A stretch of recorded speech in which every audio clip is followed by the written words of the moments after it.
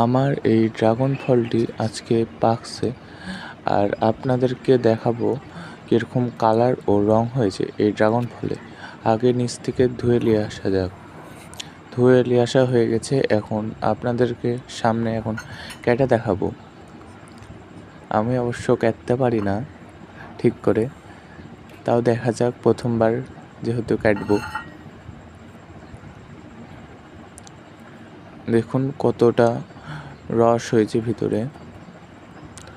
আর আপনারা যারা আমাদের চ্যানেলে নতুন, তারা লাইক, কমেন্ট, সাবস্ক্রাইব করতে ভুলবেন না এরকম গাছ বিশেষক ভিডিও পাওয়ার জন্য। আর আমাদের ড্রাগন ফলটা কাটা হয়ে গেছে, তাও একটু ভিতরে এবড়ো খেবড়ো হয়ে গেছে, প্রথমবার যেহেতু কাটলাম, কোনো সমস্যা নেই। আর ভিতরের রঙটা কিন্তু ভালো হয়েছে। আর আপনাদের আমের গাছে যে ভিডিওটা দেওয়ার কথা, সে